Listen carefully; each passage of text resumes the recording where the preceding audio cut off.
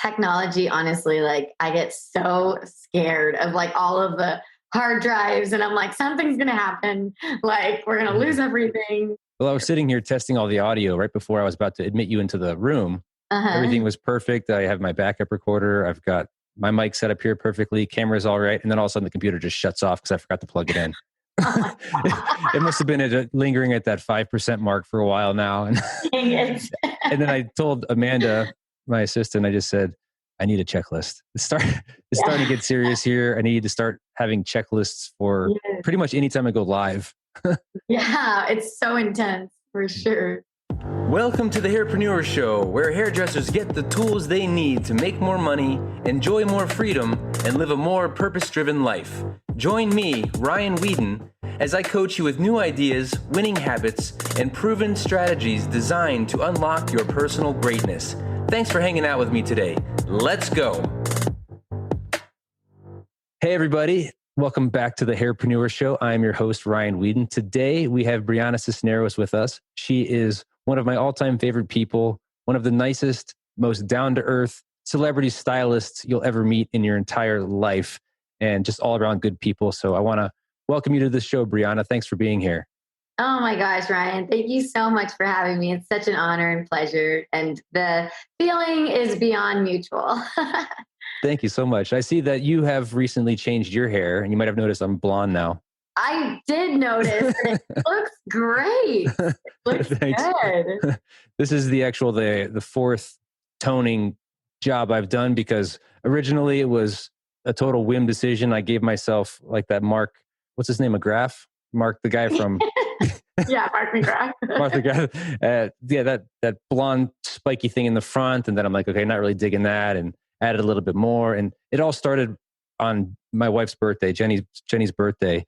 And she was pretty much just getting whatever she wanted that day. And she's like, I was talking about, should I dye? She actually didn't want me to go blonde, but I said, I'm going to add some blonde into my hair. And I was just bored, the whole quarantine setting in. It just seems like we're just, even in life, we're just still quarantining more than normal. So it's just very strange time, and we do crazy things to our hair because of it.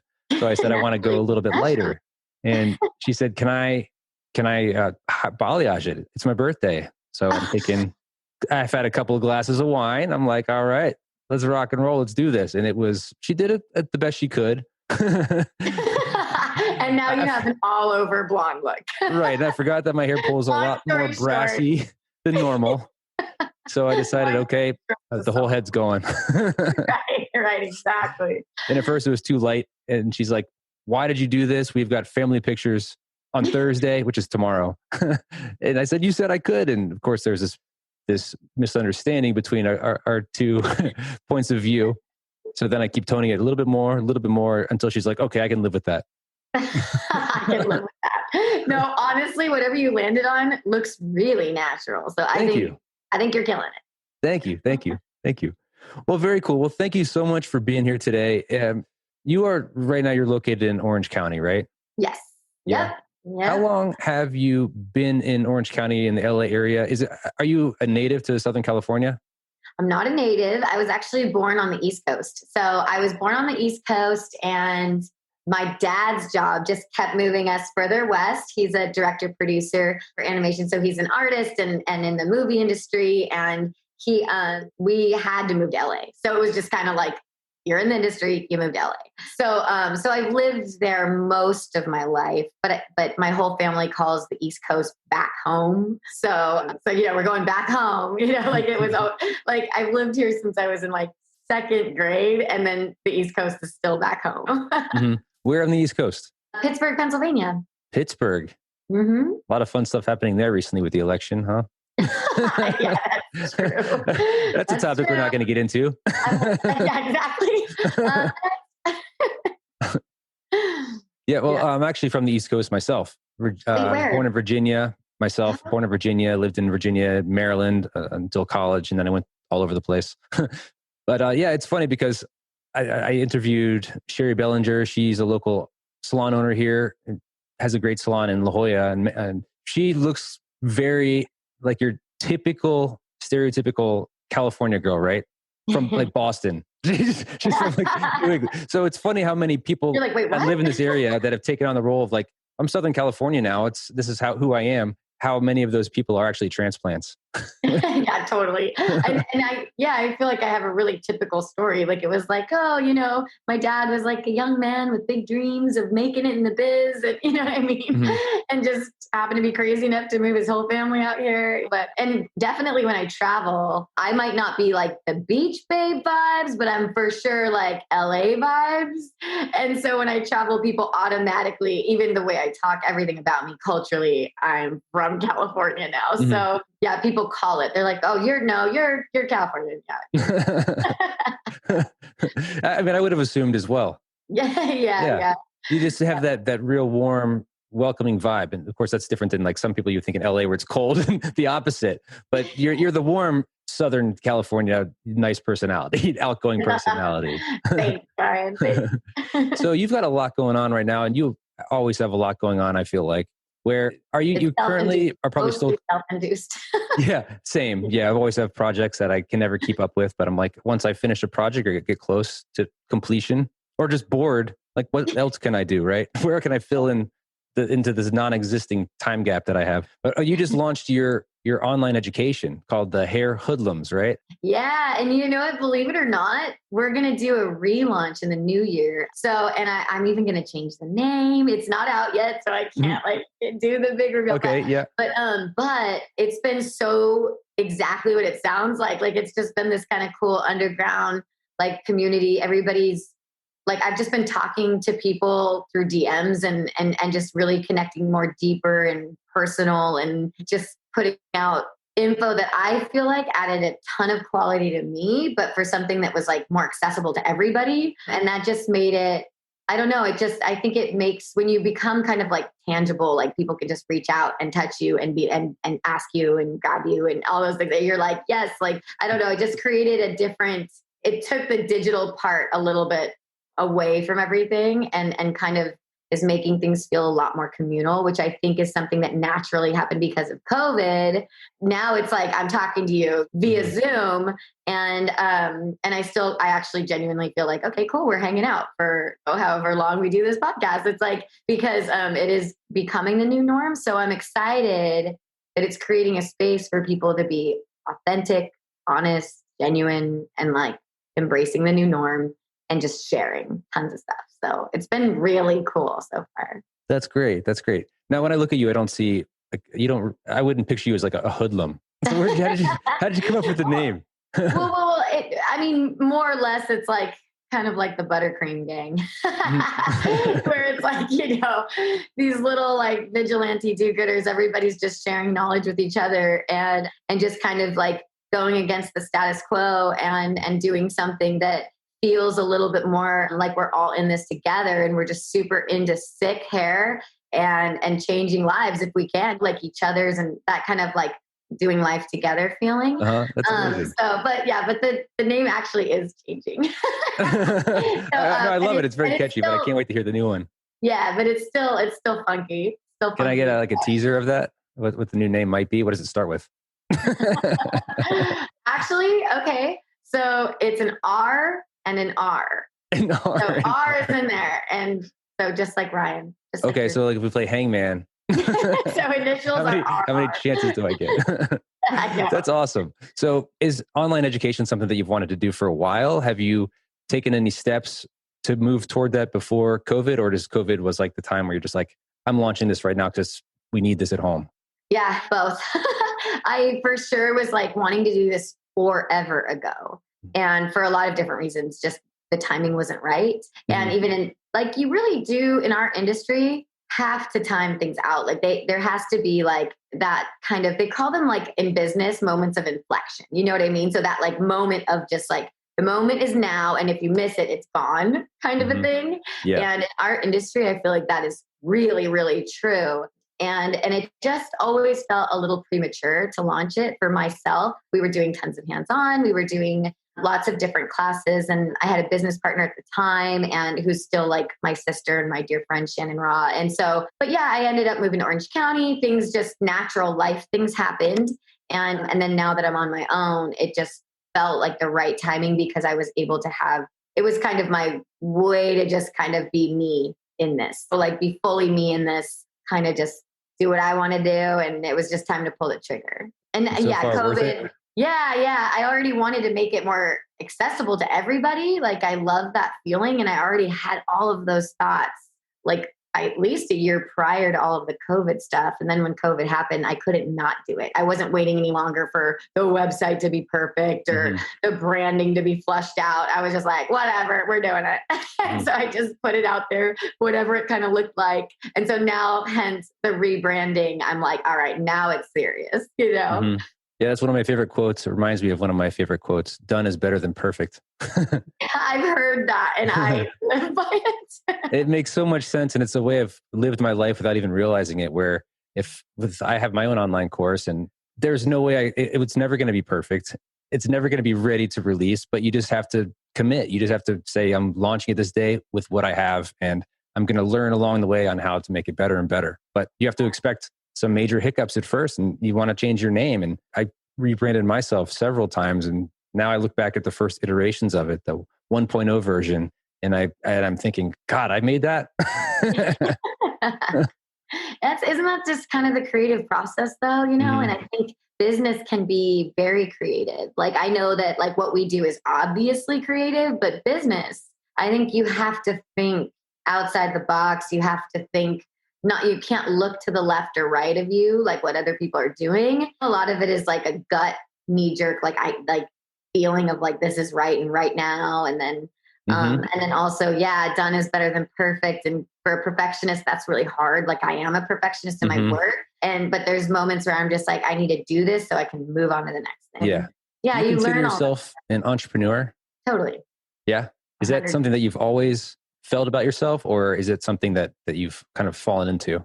I didn't know I was being raised that way, and I was being raised that way. So I made a great employee. Like I was like, get the troops together, and you know what I mean? And kind of like loved educating and loved the group setting and loved teams. And I'm into that. But I think actually I owe a lot to me kind of just taking on management positions or educator positions, like even prematurely. Like I was so young and and at times didn't even have my license yet because I did an apprenticeship program. So I was doing everything under an apprenticeship license. But yeah, so like me just kind of going for things, I think has just been in my blood. So whether that was I was working for somebody or not working for somebody, I think very individually. And I'm like, and I would go straight to the president of the company when I was like 20 years old. Like couldn't even buy my own beer yet. And I'd be like, have you thought about this change for retail? I really think that if we, and I just like, my dad always taught me that like people are just people, no matter what their title is. And you go straight to the person who can make that happen or that change. And whatever your idea is unique to you. It's like that gold gift that was like implanted in your brain. And you go straight to that one person that could like, you know what I mean? And you just go for it. So I was like an overly, I don't know, always overly enthusiastic, but that's not the word I'm looking for. But like overly confident kid, you know? That sounds like a gift. Where did you get that from? You got that from your parents or your father particularly? Yeah, I think my dad.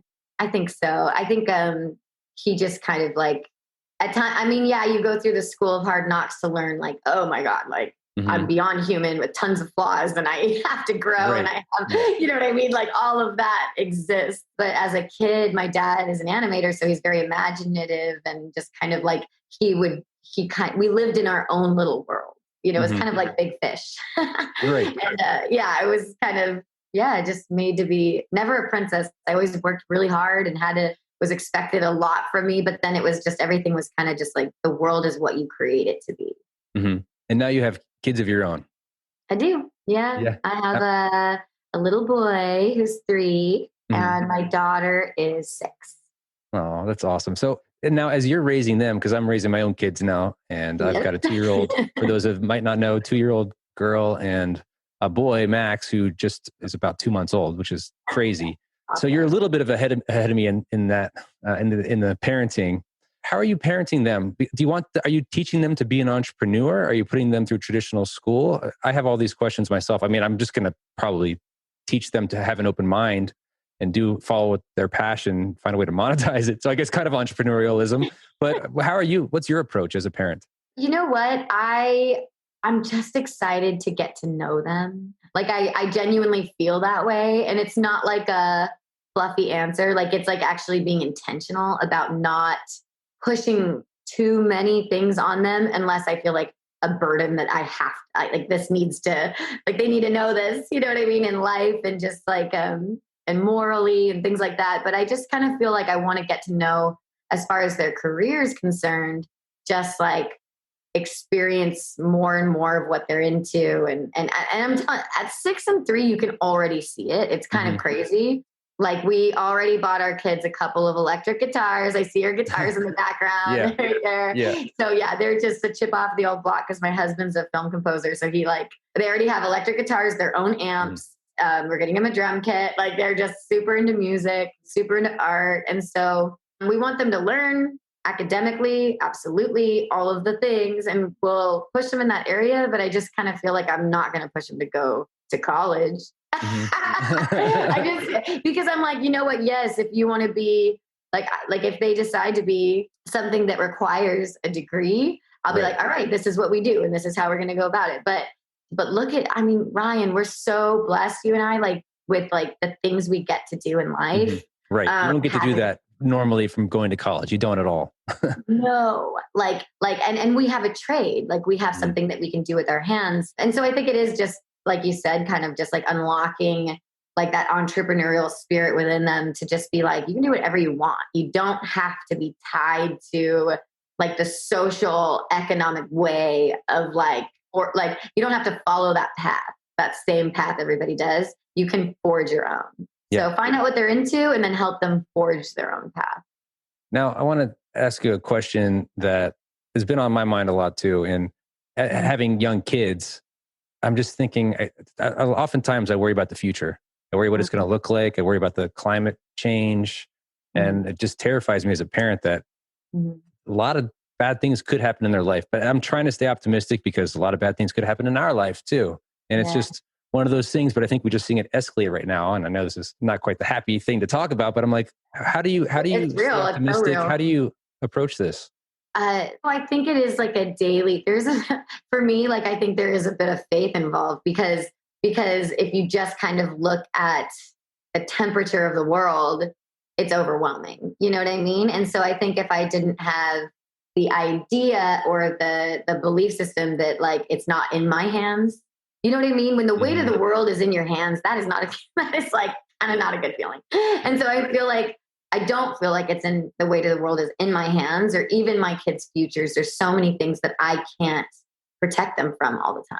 And so there's a bit of that, like stepping out in faith that like someone is watching over them, you know what I mean? And like, and then it's gonna, that it's going to be okay. And that to say, I think it's super awesome to raise awareness about like, and I'm not trying to go into anything controversial, but climate change and all of the political unrest and like all of the things that are actually that we're confronted with in our world and speaking really straight to them. That's what I'm doing with my kids is I'm actually, instead of trying to, yes, I want to shelter their innocence, but I'm trying to speak really straight to them about the hard questions they ask me and in a way that is age appropriate, of course, right. You know, for them. But yeah, I want them to be equipped so that no matter how bumpy the road is, they have that security and strength and joy and the ability to return back to feeling good and genuine like happiness and joy and not just like trying to,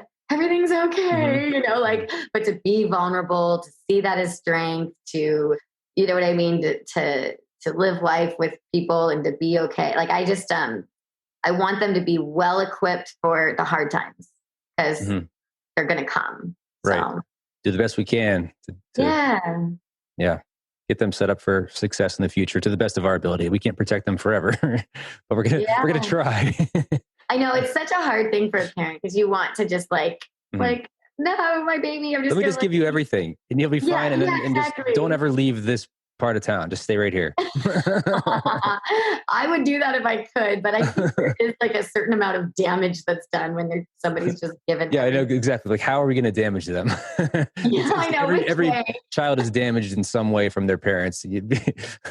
Not intentionally, but it just happens, right? I know. I think love helps that though. Mm-hmm. Like when a kid feels genuinely loved, like, oh, God knows there's so many things in my childhood that like literally, like if I gave into a lot of that, like, and didn't like do the work or didn't have felt like equipped the way to handle those things, Right.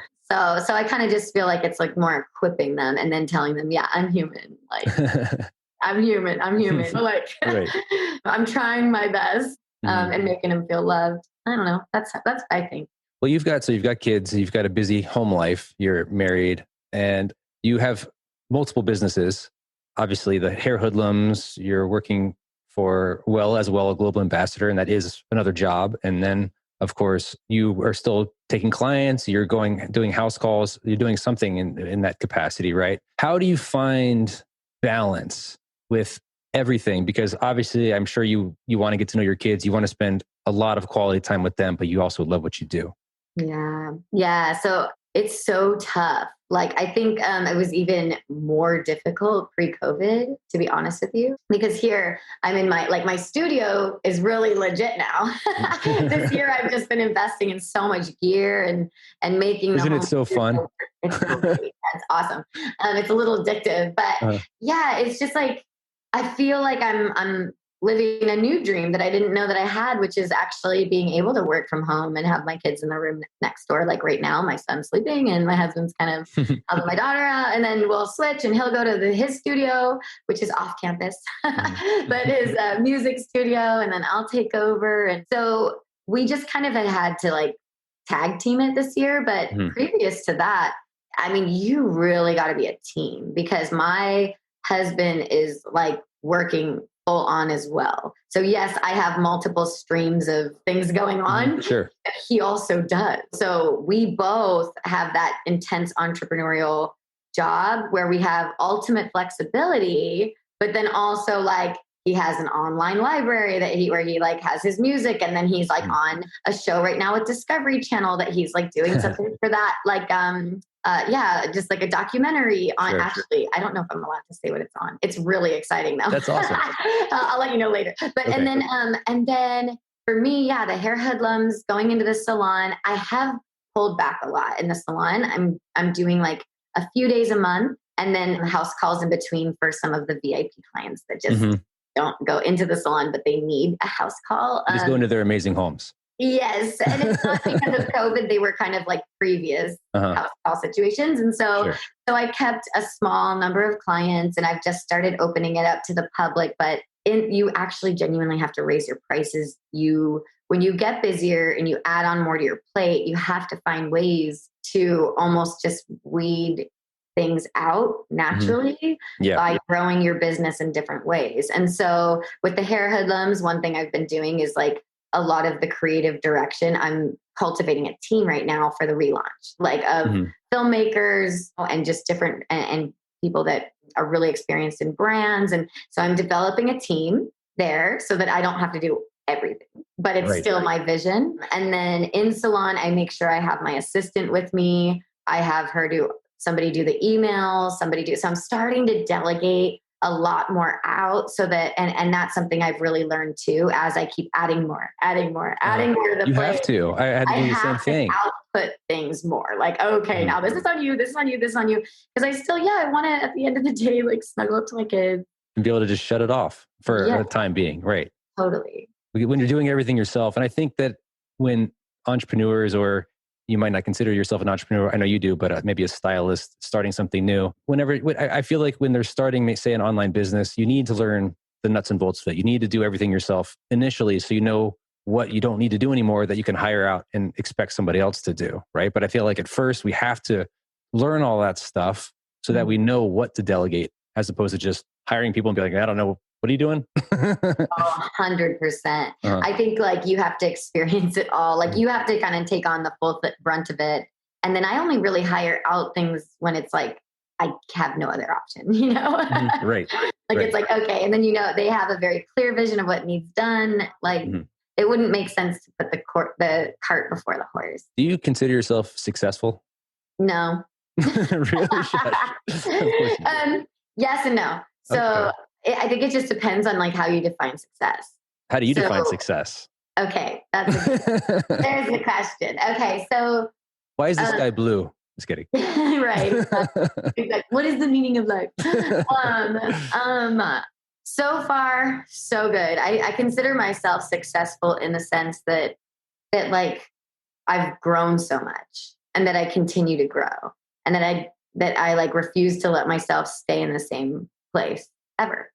And so to me, that's like a continual success. Like it's like a success in the day, in the week, in the month, in the year of just like growth and moving forward. And that doesn't always have to mean dollars and cents. That can be like personal growth, and that can be growth in your career, or just like, you know what I mean? Tragedy happens and then all of a sudden you are thrust into different types of growth too, that you don't, so each life is just a continuous journey of, you can either choose to grow or you can choose to be overcome by something. And so in that terms, I do think I feel just like a sense of, like almost like rest in that, like, oh, that makes me feel good. I feel like that's success and I feel pretty good there. But success is a weird word because I think I actually don't weigh success in dollars and cents. And I also think that like, I don't know, like it's just a weird kind of loaded word. I don't know what success really is. Yeah, I think that a lot of times we do base success on, how much you making or how much did you make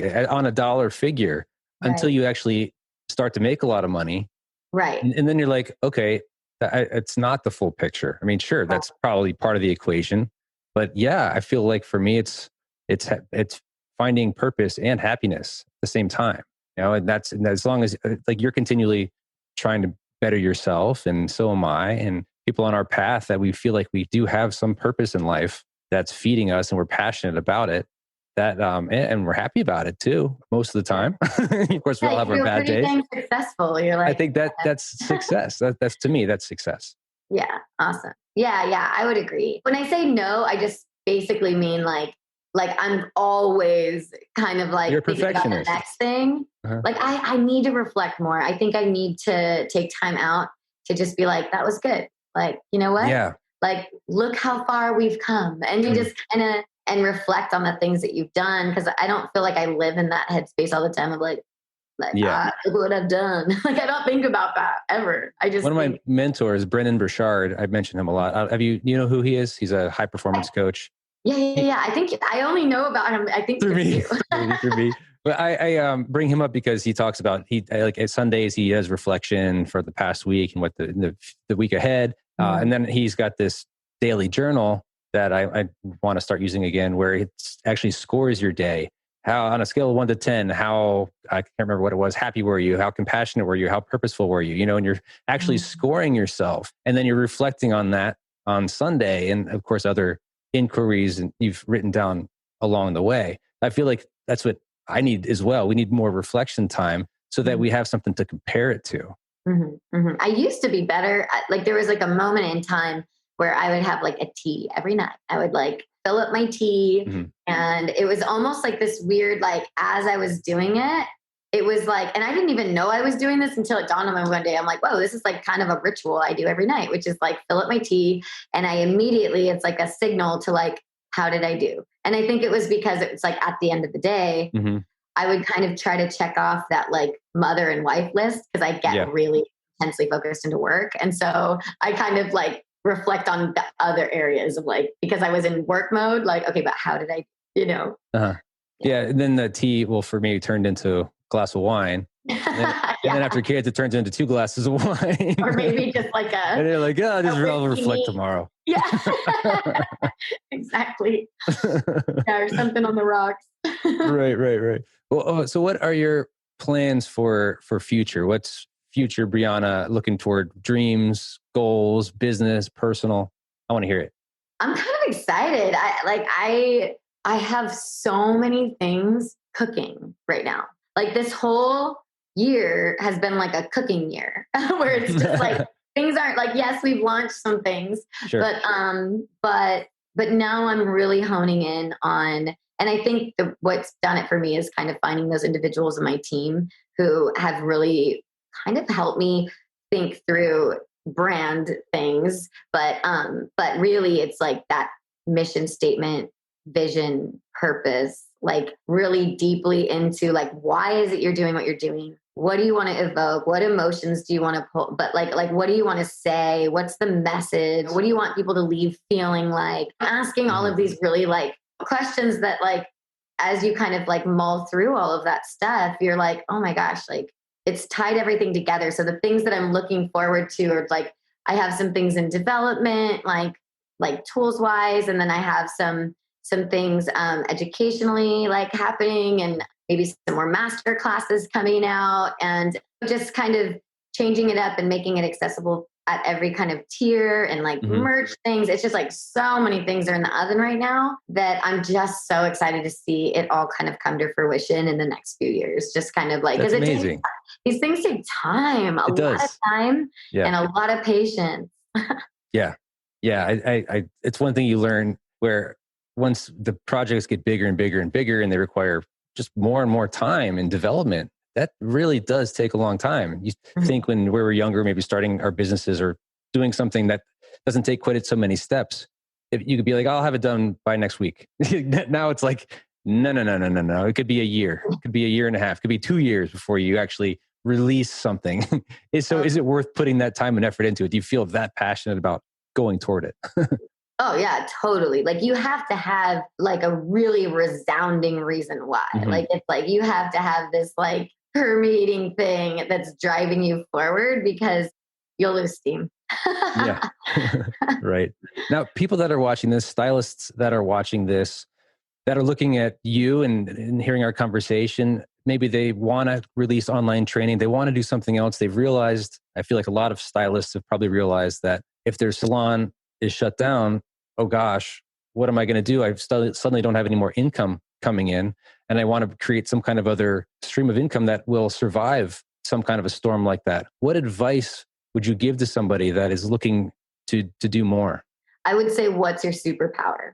Everybody has a superpower. Everybody has something that's innately them, something they're really gifted in, something that they gravitate towards. And if they haven't discovered it yet, it's just because they haven't discovered it yet. It's not because it's not there. And I would ask them to kind of ask stylists around them, people around them, what they admire in their work, what they see, the types of clients that are just coming back constantly, and what people are requesting of you and around you and asking from you, and just kind of what people say about you in general, just like your personality, you like, and just explore that, like really dive deep into your superpower, and then everything else will become apparent. So I think, and then also consistency, like being really consistent and not letting things kind of deter you from your vision. So if you feel like, okay, this is my superpower, this is what I'm into, I don't care if people are watching or not watching, I'm going to go for it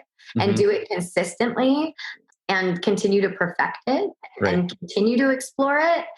People will catch on. You just have to be consistent with that, so that people have the opportunity to catch on. Because sometimes, like we said, it takes a lot of patience. It might be a year, and then people are like catching on, and then all of a sudden something goes viral, and then it's your time. But just be consistent and never give up, and do it within your superhuman strength that you have.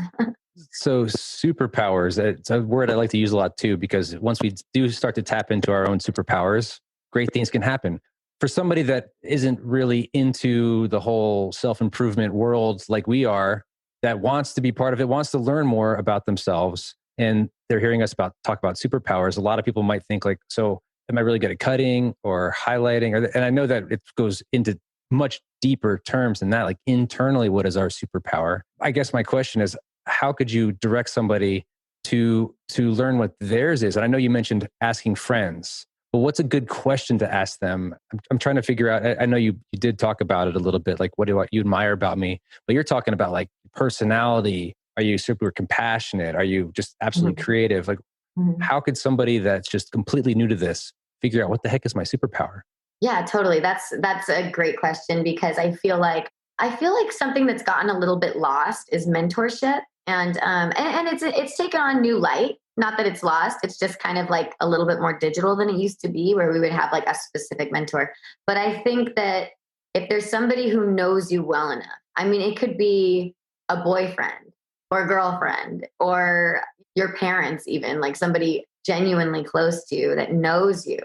I think just kind of having an open conversation with them. Some of the questions I would probably ask is like, hey, like these are going to be hard for me to even hear or ask or whatever. And I want you to be totally honest. Like, and I know I have a lot of work to do on myself. It's not about like me, whatever, but I'm really trying to explore what my next venture is, and asking somebody who's probably decent at business, you know what I mean? And can speak into those things, but just say like, I really am looking to kind of showcase something about myself. And is there anything that pops in immediately to your head? Like, what are some of the first thoughts that you have that would make me stand out from the next person, like within like what I do or not. So and it might not even have to do anything with hair at all.